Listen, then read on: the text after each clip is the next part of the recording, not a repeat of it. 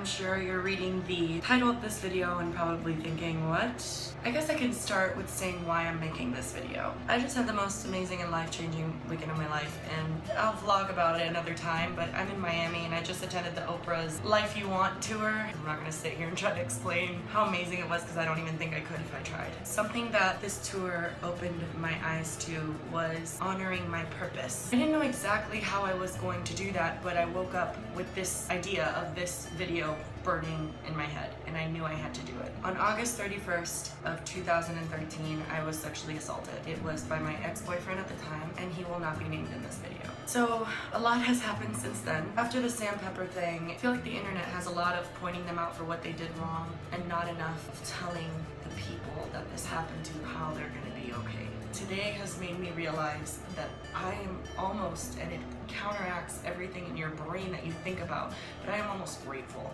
that I went through what I went through because it has changed me and made me into the person I am today. I've seen tragedy, I've seen hurt, I've seen wanting to die, I've felt that. My silence, because although I stand up for victims of sexual assault, I am for the most part silent about this because the backlash, because the opinions, because of the hurt. I've stayed silent for a very long time. It wasn't until today that I realized the world is not benefiting from my silence. And that's not to say come on here and start talking about what happened or anything like that. It's just about sharing how I got through it. You feel so alone. You feel like there's not one person on this earth that could possibly understand the hurt that you feel. And there is, and there are. There's so many people out there that care and that have been through it and that want to help you through it. So many women have come up to me and told me that they don't know how I'm so strong, they don't know how I did it, how I spoke up, and I feel the strong need to tell them that I wasn't that strong,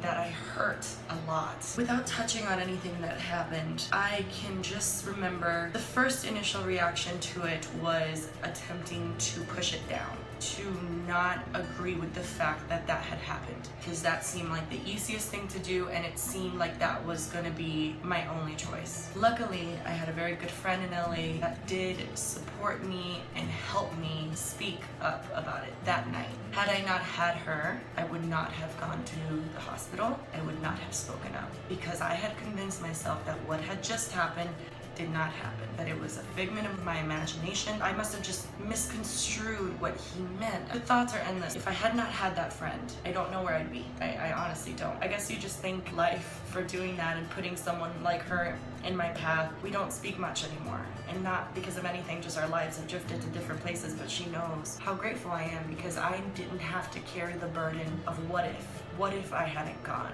That is a huge burden that too many women live with, and I didn't have that, so I thank her for that. I know that I did all I could, and even if in the end it didn't end the way I thought it would, it ended the way it had to. I just strongly believe that. I would say there were a solid 2 months of just a confusion period, a period of just like that same kind of fog, like, did that really happen? I'm not that girl. That didn't happen to me. I'm strong. In the third month, it all just came crashing down. I'm not gonna say I wasn't sad before that, but I don't think I had ever in my life felt sadness really like I had felt then. I'll never forget, I've never cried like that. I've never cried like I felt my soul was weeping with me, and it was like everything in me wanted to just not deal with it. I just wanted to not feel that. I'll never forget, I was driving home one day and I said, you know, if I crash into a tree right now and I died, it wouldn't be so bad. It wouldn't be such a bad thing. Maybe that would make it easier and I can just like rest, because I felt like I would never be happy again. And I really mean it when I say that I felt I would never be happy again. I went through so many phases of wanting revenge on him, just wanting him to suffer the way I suffered. I wanted to know that he felt as bad as I felt. But on the day that he was arrested, I cried. I cried because he didn't have the medicine that he takes. I cried because I knew he was vegan, and if he had to eat meat in jail, he would get sick. And I was like, what is wrong with me? Why am I crying for this man? It was almost like a little glimpse of that inner knowledge that I had, I guess. That was telling me, you don't want to hate him. You want to forgive him. I started doing this thing that my brother told me to do, and he said, every day, tell yourself, I forgive him, I forgive him. I forgive him and I release him to love.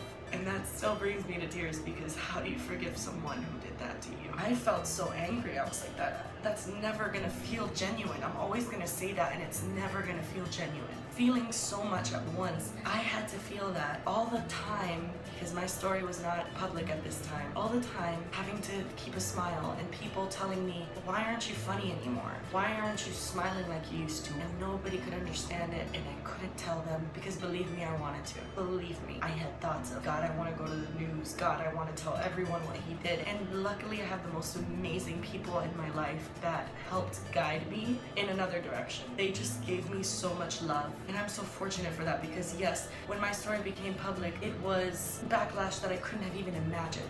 But the love I got from the people around me is a gift. It was a gift from God, and that's all I can describe it as. But I felt and I felt and I felt and I felt like I was numb, and I was in toxic relationships, because that's all that I attracted into my life. I was not valuing my body. It was a vicious cycle, and I went through all that. And I cannot tell you the moment that all stopped. I cannot tell you when it got better, the day it got better. I don't know. I don't even know the month it got better. All I know is that as I was crying, as I was weeping, I was praying. I was like, this is not where I go down. I do not finish like this. I knew I couldn't do it right then, but I knew I would. And I woke up one morning, I guess, because like I said, I can't pinpoint the time, and I wasn't angry anymore, and I wasn't sad anymore. I just was, and I just felt. I actually felt happy. When that all started happening, when I started feeling happy, something weird happened. I started feeling guilty because I was happy. I guess part of me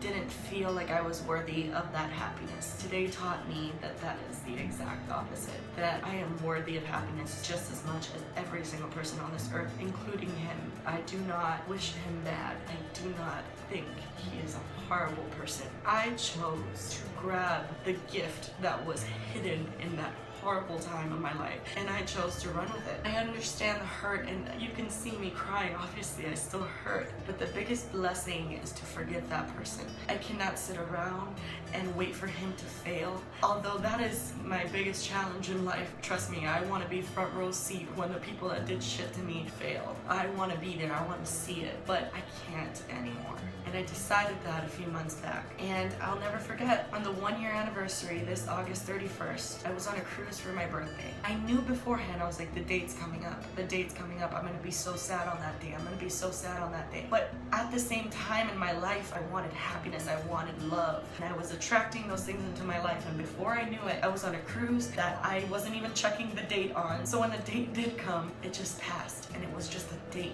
It wasn't me. What happened to me is not me. That is not who I am. That is not who I'm going to be. That was something that happened to me that made me into the person that I am today. And I am so glad that I didn't give into those feelings of giving up, because that person doesn't take your life away from you. I think a popular thought amongst us is that they won, especially those that came forward but did not receive the ability to see the person get punished for what they did. So I think for those of us who have gone through that, and those of us who have just not spoken up at all, it's very easy to feel like that person won.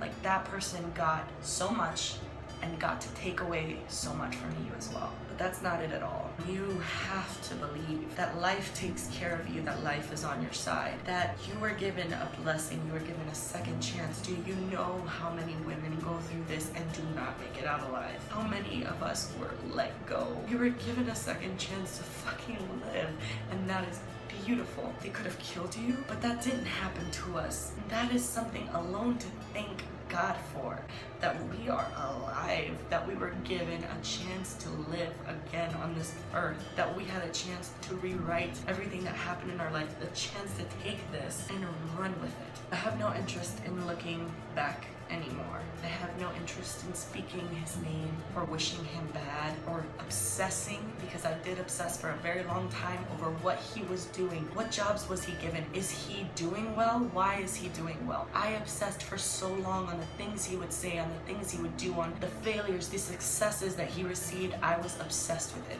and I refuse. I refuse to let this situation be a negative in my life. life. I have complete control over how I feel, how I perceive what happened to me, and who I am. No amount of terror or tragedy can take that ability from you. That's a difficult thing to understand sometimes because I felt like I could not control that. I'm not saying don't feel. You have to feel. You have to break. You have to feel those feelings that come along with that. If you don't, it is not healthy. It is not beneficial. It's like when you go to the gym and you work out and you get really, really sore. You basically are tearing up that muscle that's gonna repair back together and be even stronger than ever. That's exactly what happens. You tear and you ache and you physically, mentally, you're drained. You feel like you cannot do anymore, and maybe for that moment you can't, but you will. And you come back so much stronger than ever. Never make your life about proving that person wrong or about proving anyone wrong. You make it about you proving yourself right because you have so much more left inside of you, and this is not where your life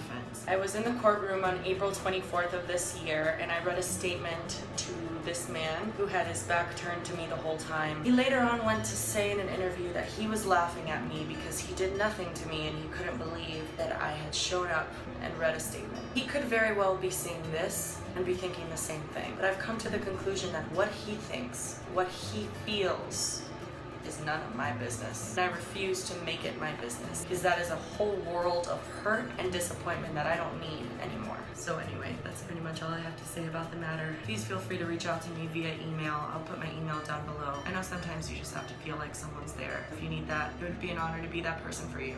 And you will be okay. Anyway, I love you guys. Thanks for sticking with this video. Bye.